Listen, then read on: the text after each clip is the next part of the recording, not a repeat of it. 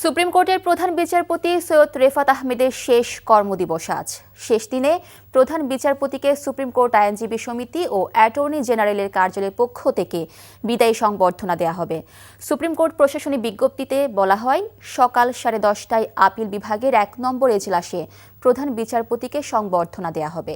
জুলাই অভ্যুত্থানে শেখ হাসিনার পতনের পর গত বছরের 11 আগস্ট দেশের 25তম প্রধান বিচারপতি হিসেবে শপথ নেন সৈয়দ রেফাত আহমেদ। নিয়ম অনুযায়ী আগামী 27 ডিসেম্বর তিনি অবসরে যাবেন। তবে সাপ্তাহিক ছুটি ও শীতকালীন অবকাশের কারণে আজই তার শেষ কর্মদিবস। 1 বছর 3 মাসের দায়িত্বে বেশ কিছু নজির স্থাপন করেছেন তিনি। পৃথক সচিবালয়, বিচারপতি নিয়োগ কমিটি ও সুপ্রিম জুডিশিয়াল কাউন্সিল প্রতিষ্ঠায় অগ্রণী ভূমিকা পালন করেন প্রধান বিচারপতি।